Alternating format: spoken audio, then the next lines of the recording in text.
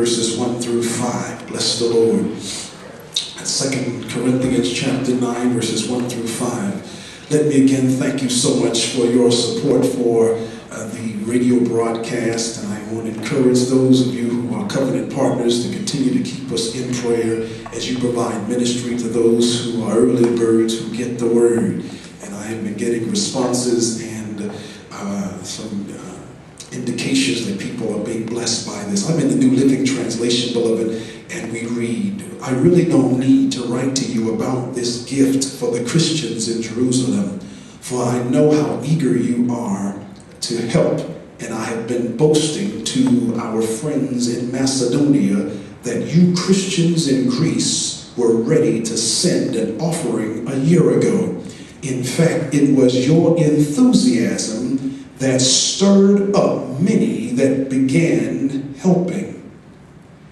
But I am sending these brothers just to be sure that you really are ready, as I told them you would be, with your money all collected. I don't want it to turn out that I was wrong in my boasting about you.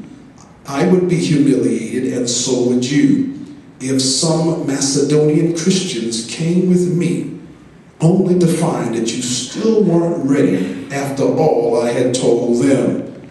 So I thought I should send these brothers ahead of me to make sure your gift was promised and is ready. Bless the name of the Lord. I want to stop right there. I want to stop there and indicate to you, beloved, today as the Lord gives us a mouth and wisdom, that there is in this house our own Haitian outbreak. That there is in this house an outbreak. That there is in this house an outbreak.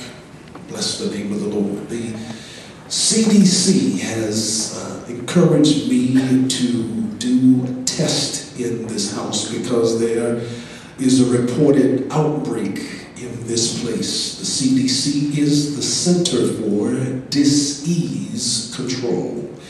For there is in this house reports of random acts of kindness and generosity. So I've been asked to do an assessment to determine whether or not the reported incidences of kindness and generosity are really true. There have been some rumors going around that some of you have even delved into your pockets, your stash, your rainy day funds to be a blessing to the sisters and brothers in Haiti, or even those who are close to you. And I'm here as the resident spiritual epidemiologist to determine the extent to which this outbreak has really taken hold in this house. And so I'm going to have to ask some questions to do an assessment to determine to what degree this outbreak has really affected those of you who are gathered together within this house today. You didn't know it, you didn't see the Red Cross sign outside, but you are quarantined, as it were, in this worship experience because there have been reports that have been given to me. There's a monitor that has suggested that some of you have been so bold as to actually sacrifice in some ways your own comfort for the comfort of others. And so I need to ask you if there are some symptoms that you may have been experiencing as of late, because if there are some of these symptoms, then we certainly need to move in such a way that we can help you deal with these symptoms in a way that gives purpose and meaning to what you are going through. So by show of hands, let me find out first of all if there are those of you here who have felt a rush of joy in your spirit at the prospects of helping those who can't help themselves. And by show of hands, are there? Looks like there's 100%. The symptoms are serious. There's to be no laughing in this place. These are serious symptoms. You might be in danger of being a child of God. So I gotta make sure. God only knows that we've got to be careful about those of you who boast of being anointed. Have you had of late felt a surge of joy when you have recognized that you have, by your giving, helped to stem and control the outbreak of cholera in Haiti by offering resources that would help to underwrite the cost of providing, yes, rehydration solutions of water and salt and, yes, sugar, so that those who are dehydrated might be rehydrated. Have you felt a sudden surge of joy at the idea that you're helping to help somebody else? If that's been your experience, oh, this is serious. It seems to be an epidemic in this house. There are those of you who have, maybe perhaps you have felt a kind of dis-ease, if you will, an uneasiness, a queasiness in your spirit when you have noticed and you've seen the pictures of emaciated Haitian children, of those who are weeping because they are too weak by virtue of the loss of fluid because of diarrhea, and it has hurt you and has caused a dis-ease in you. You even have the nerve to lift your voice in prayer because you've been led to pray for healing in Haiti. Are there those of you in here who've been affected? Is that another symptom there? Oh, I see. This is serious. This is serious. The CDC is concerned because if you have any of these symptoms, then it is quite clear that there is an outbreak in this camp.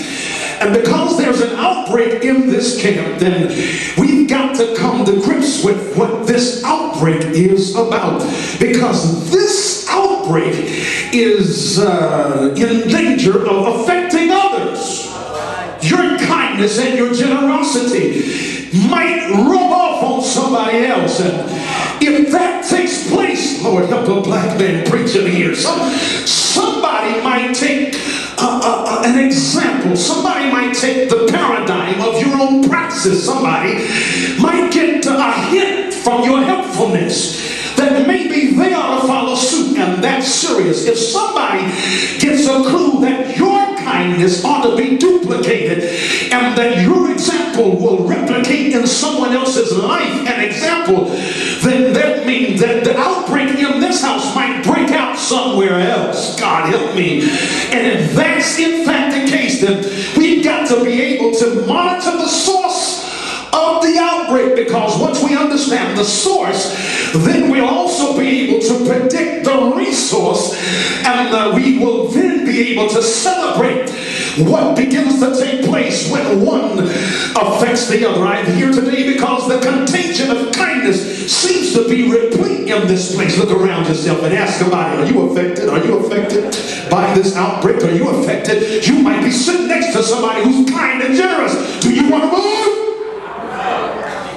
They're right near you, somebody who was moved with compassion, with an overflowing sense of a profuse need to do something, not just to pray for somebody, but to in fact be a part of that which would help to bring comfort, oh God, and resource to their particular calamity and or situation. I'm here because the CDC has asked me as the epidemiologist to kind of get a sense of what motivates you. Is it, and because this is obviously water-based.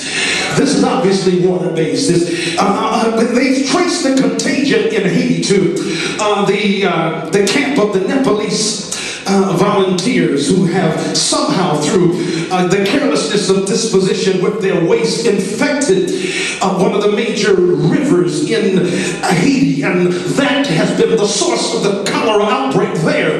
But I would suspect it's water-based here as well, because some of you probably have had the same kind of water that Jesus speaks of in John 4, when the sister says, "Give me this water." Jesus said, "The water I'm going to give you will contain," God help me in here, well up in you as a flowing fountain. Are those of you in here who feel the fountain of the power of God motivating you to do something to touch the lives of others? And if that's in fact the case, then I have just recognized that it is water-based. And perhaps not just only water-based, but it also has the source of salt in it as well, because Jesus reminds us in Matthew 5 that you and I are what? The salt of the earth. We're called to preserve. We're called to bring restoration, to replace, to restore, to renew, to heal, to bring, to recalcify, to strengthen, restore, to replace. God help me. That which has been lost. And if that is in fact the case, that everybody in here has been affected, this outbreak in this house will impact other houses, because as you continue the contagion of kindness, as you continue to perpetuate love, as you continue to spread joy, others will be affected. This outbreak is just like the one Paul was talking about when he spoke to and wrote to this Achaean church in Corinth, as he reminded them that they started it. He said a year ago they had heard about the church in Jerusalem and it started taking up an offering, because, beloved, they recognize that whenever there is a need, there has to be a method, a plan, if you will, to acquire and to accumulate the resources. Spirit of God, help me.